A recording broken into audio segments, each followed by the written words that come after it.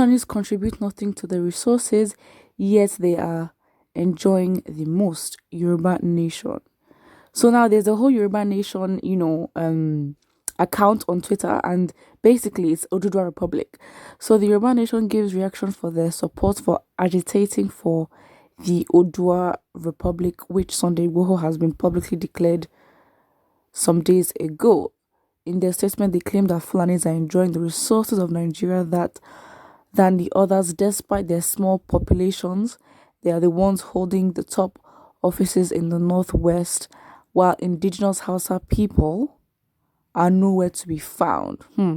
Out of every undergraduate in the northwest of Nigeria, 8 are Fulanis.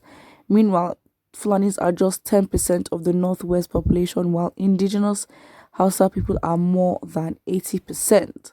Wow. Half of the current ministers of Buhari's government are Fulanis.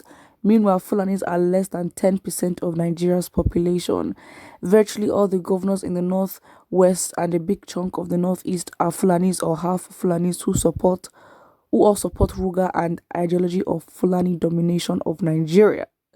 Virtually every Fulani graduate or national diploma holder has one government job or the other, whether at a local government, state, or at the federal government level.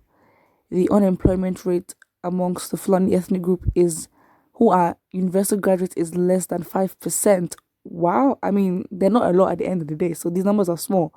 While unemployment rate amongst the Yorubas are the most educated group in Nigeria is more than 30%. To make matters worse, the Yorubas are the biggest homogeneous ethnic group in Nigeria with a population that is more than 20% of Nigeria's population.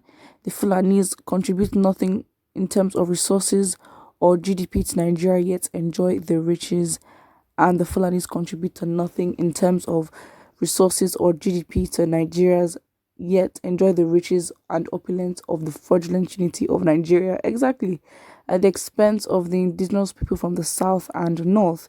If you don't understand what apartheid is, you can read and digest what I have written above, basically the person talking.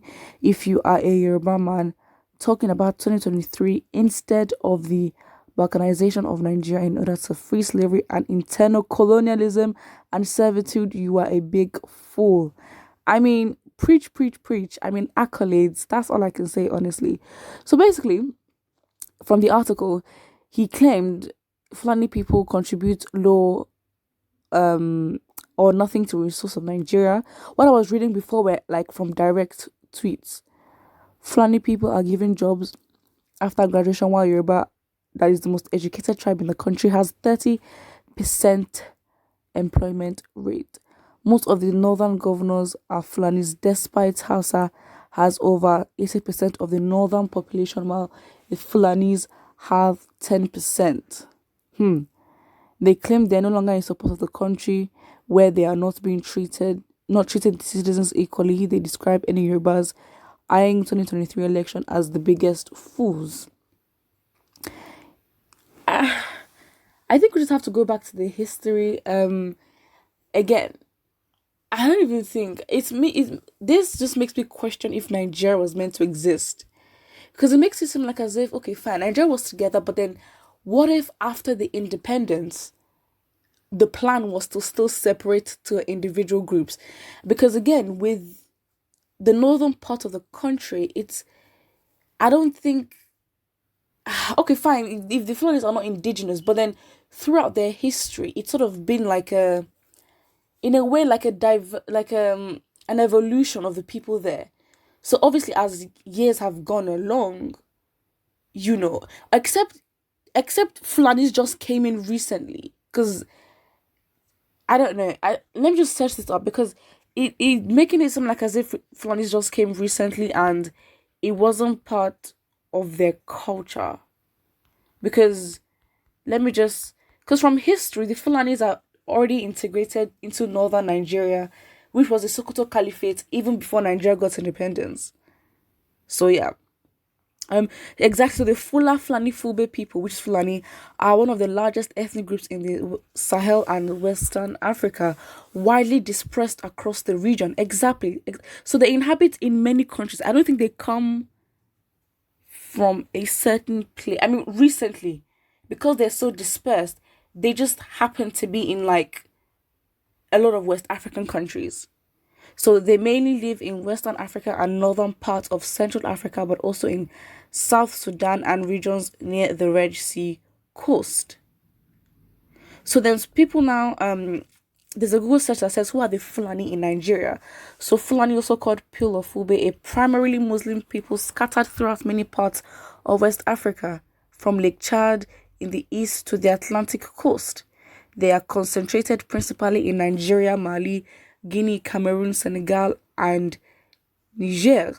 So again, I think with the Fulani, I think it's already integrated. They'd already been integrated into the northern part of Nigeria, and I don't think there is separate people from the Hausa. Because again, he's mentioning these statistics, but how can he prove them? Because again, we know that the Fulani migrated to Nigeria like at 9th century.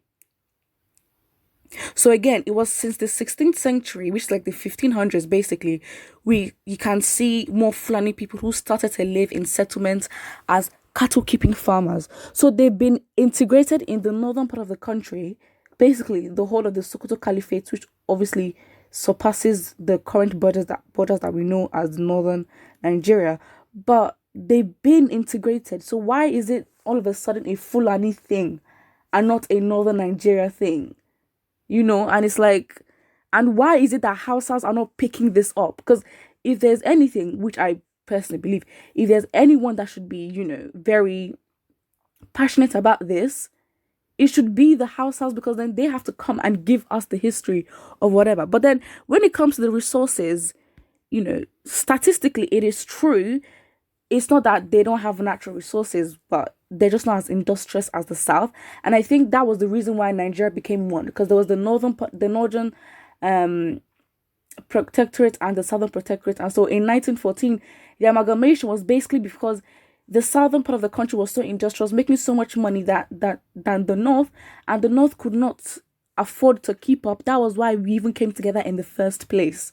So then with our independence and how we are here today, did we really get independence to be one Nigeria, or the plan was to get independence and then separate? Because now everyone is talking about separation, because it's like they have to come and give us, and we need to ask for documents as to how we got independence, because it doesn't make sense if, okay, fine, each region, because there were deliberations at the time and they agreed that, okay, fine, we're gonna get independence. But then if they did not agree, or if they did agree to be one Nigeria, why is that all of a sudden there was the Biafran War and then Biafra wanted to go out?